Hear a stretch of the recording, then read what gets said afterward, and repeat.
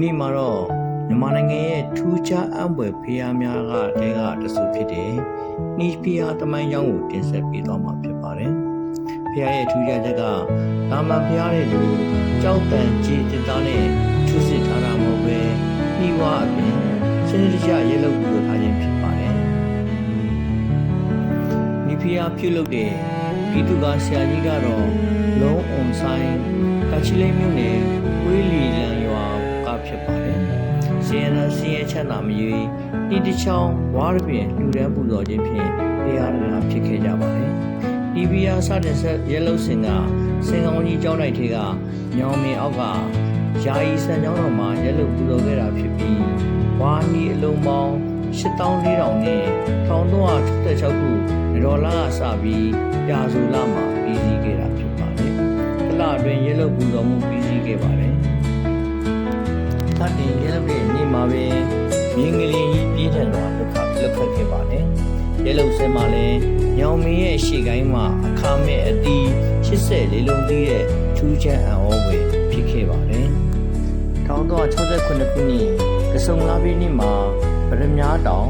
ကိစ္စတရားဇီရောရင်မြင်းကန္နာကူလီတိုင်စံကြောင်းတော်သို့ပြင်ဆောင်ပြီးဒုတိယအကြိမ်တရားနေကစားတင်နေပါတယ်။ဒီကိစ္စတရားဇီရောမြကြီးက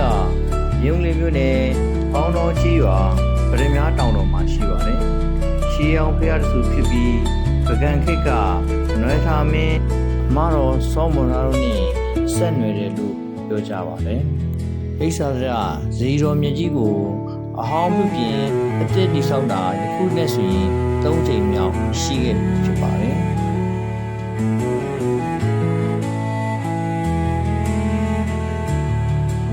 အိဆာဒရာဇီရောမြကြီးရဲ့အရှိဘက်မှာဇဘူရီကိုနဝင်းစီရှိပါတယ်။ဘုရားတိုင်းကာမကြီးဒေါခင်ဆွေက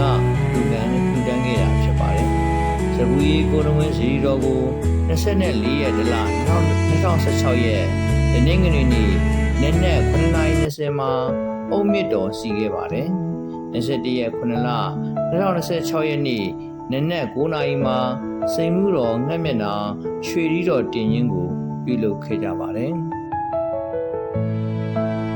အိဆာတရားဘုရားနဲ့အတူဘဝရမှာရှိနေတဲ့ရှုခင်းများတစ်ပင်ကြီးများနဲ့အေးချမ်းတဲ့လေထုကိုခံစားနိုင်မှာဖြစ်ပါတယ်။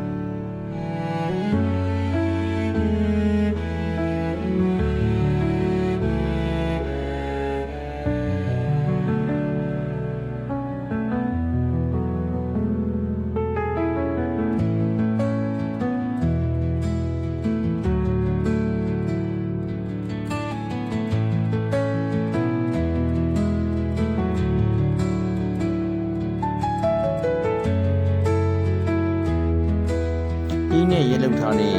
ငွေကွန်းအောင်ရွှေကွန်းအောင်များကိုလည်းမြင်တွေ့ရတာဖြစ်ပါတယ်။ဤဖြင့်ပြုလုပ်ထားတဲ့ရွှေတပိတ်ထဲမှာလည်းကုသိုလ်ဒါနပါဝင်လူတန်းနိုင်မှာဖြစ်ပါတယ်။ကောင်းမှုကုသိုလ်ပြီးရဲ့နောက်မှာခေါလောင်ထိုးအမျှဝေခြင်းနဲ့ပြုလုပ်နိုင်မှာဖြစ်ပါတယ်။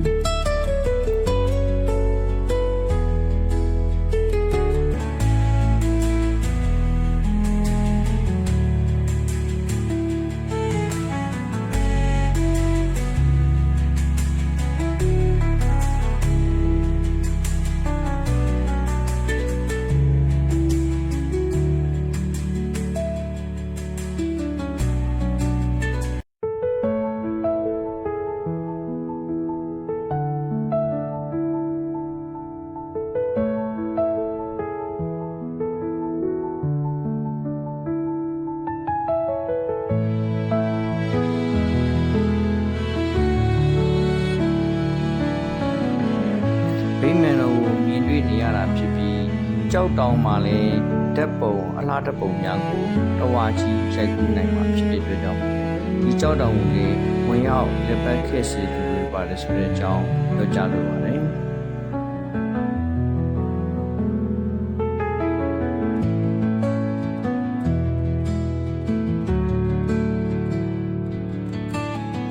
ဒီဖျားကိုစရောက်ရင်ရင်ဆုံးမြင်တွေ့ရမှာကအခုမြင်တွေ့နေရတဲ့ဗိမာန်တော်ကြီးဖြစ်ပါတယ်။ဗိမာန်တော်ကြီးကလည်း နဲ့ပုံနဲ့လည်းမြခံညာထဲပါလျက်ရှိပါတယ်ဒါကတော့နိဗ္ဗာန်ကိုစတင်တတ်တဲ့ဒီကတိဖြစ်ပါတယ်ဒီကတိတိုင်းမှာခြေလမ်းတိုင်းမှာလာနေပါတယ်ဒါကတော့ဗိမာန်တော်ကြီးဖြစ်ပါတယ်ဒီနေရာမှာမျိုးတို့ကိုပြောပြချင်တာကကျွန်တော်တို့ဒါကနှီးပြားစတင်ရက်လုပ်တဲ့ညောင်မင်းသားကိုတွားနေတဲ့လမ်းကြောင်းဖြစ်ပါတယ်ရှင်ကောင်းကြီးကျောင်းတဲ့ထက်ကိုဝင်လဲရပါတယ်ဝင်ပြီးလို့ရှိရင်အဲ့ဒီမှာဘယ်ဘက်ကိုချိုးပေးလဲရပါတယ်ချိုးပေးပြီးဘယ်ဘက်ကိုချိုးပေးပြီးလို့ရှိရင်ရှေ့မှာစီလေးစုတွေ့ပါမယ်ဒီလေးစုဘက်ကိုမသွားဘဲနဲ့ဘယ်ဘက်ကိုချိုးပေးမှာဖြစ်ပါတယ်နည်းနည်းလေးပါပဲပေ200လောက်ဆက်ပြီးတော့မှသွားလိုက်မယ်ဆိုလို့ရှိရင်နှီးဖျားစတင်ရဲလို့ရညောင်မင်းသားကိုတွေ့မှာဖြစ်ပါတယ်ဒီနေရာမှာပြောချင်တာကနှီးဖျားစတင်ရဲလို့ရညောင်မင်းသားဖြစ်ပါတယ်အဲညောင်မင်းသားအောက်မှာနှီးဖျားကိုရဲလို့ပါတယ်ရဲလို့ပူဇော်ပြီးတော့မှဆိုးကပြောခဲ့ဘူးတဲ့ဗရမ ्या တောင်တော်မှာရှိတဲ့အိစာတရားသတိတော်မှာကျွန်တော်တို့နှီးဖျားကိုတွားရောက်ပူဇော်ခဲ့ဖြစ်ပါတယ်ပူဇော်ခဲ့အပြီးမှာပဲကျွန်တော်တို့ပြည်သူကဆရာကြီးဖြစ်တဲ့ဆရာကြီးကိုအိန္ဒိယနိုင်ငံဘုရားကာယကိုလိုက်ပို့ပါတယ်။လိုက်ပို့တဲ့အခါမှာရန်ကုန်အရောက်မှာညောင်မင်းမှာစောင့်ရှောက်တော်မူတဲ့ကောင်းတဲ့မြတ်ကြီးကဒီဖျားကြီးကကုန်းတော်ဘက်ကိုတင်ထားကိုယ်ပဲသွားပြီးဖြစ်တဲ့အတွက်ကြောင့်မို့ညောင်မင်းအောက်မှာလည်းဒီဖျားတဆူထက်မှန်ကျက်လို့ပူဇော်ပြီးဖို့အိမ်မက်တော်ပေးပါလေ။ပြီးတဲ့အခါကျတော့ပြီးတော့ပညာရှင်ကြီးကအဲ့ချိန်မှာကျမကြီးမကောင်းနေမကောင်းဖြစ်တဲ့ခါကျတော့သူ့ရဲ့သားတော့ပေါ့နော်သူ့ရဲ့သားကိုဆေလွတ်ပြီးတော့မှနှီးဖျားတဆူကိုညံတော်အတူတူပေါ့ဖျားကုန်းတော်မှာရှိတဲ့ညံတော်အတူတူနဲ့ဒီခါထပ်မံရက်လုံးပူတော်ထားခြင်းဖြစ်ပါတယ်ဒီနေရာမှာမျိုးတို့မသိရတာကဖျားကုန်းတော်မှာရှိတဲ့ရွှေပိန်းချထားတဲ့နှီးဖျားကိုပဲဒီလိုမျိုးထူးမြော်ပြီးတော့မှပြန်သွားရတာဖြစ်ပါတယ်ဒီမှာကနှီးဖျားစစ်နဲ့ရက်လုံးပူတော်ထားလျက်ရှိနေပါကြောင်းကိုလည်းတင်ဆက်ပြသခြင်းဖြစ်ပါတယ်ခင်ဗျာနှီးဖျားတောင်တော်မှာနှီးဖျားကိုရွှေပိန်းချထားတဲ့နှီးဖျားကိုထူးမြော်ပြီးလို့ရှိရင်နှီးဖျားကုန်းတော်ရဲ့အနောက်ဘက်ကျွန်တော်တို့ပေ200ခန့်ရှိတဲ့စင်ကောင်းကျောင်းအတွင်းမှာရှိတဲ့ညောင်မင်းအောက်မှာလည်းကျွန်တော်တို့ဒီမှာနှီးစစ်ဖြင့်ရက်လုတ်ပူဇော်ထားတဲ့နှီးဖျားကိုလည်းထပ်မံပူဇော်နိုင်မှာကြောင်းတင်ဆက်ပြသခြင်းဖြစ်ပါတယ်ဒီဥစ္စာကတော့နှီးစစ်နဲ့ရက်လုတ်ထားတဲ့ကျွန်တော်တို့တပိတ်ဖြစ်ပါတယ်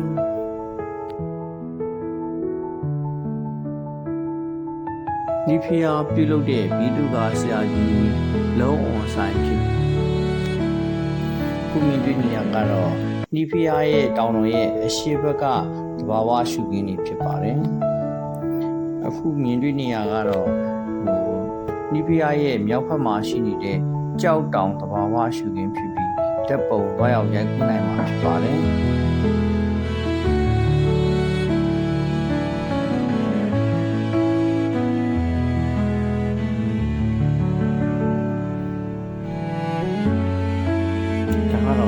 နှီးဖျားတောင်တော်ရဲ့အနောက်မြောက်တော့မှာမြင်တွေ့နေရတဲ့ရှုခင်းဖြစ်ပါတယ်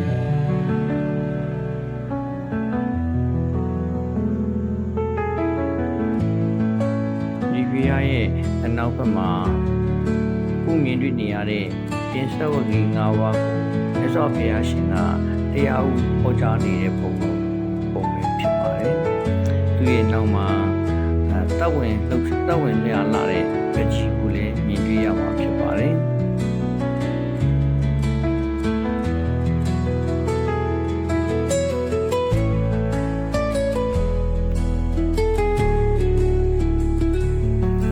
ဒါကတော့နှီးဖျားတောင်ရဲ့အနောက်တောင်တော့မှာရှိတဲ့ရှုခင်းဖြစ်ပါတယ်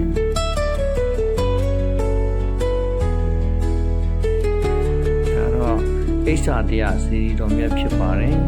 ဒီဗီဒီယိုလေးကိုကြိုက်နေတတ်တယ်ဆိုလို့ရှိရင် like share and subscribe လုပ်ခဲ့ပြီးဖို့မမေ့ပါနဲ့ခင်ဗျာရှင်လန်းချမ်းမြေ့ကြပါစေ bye bye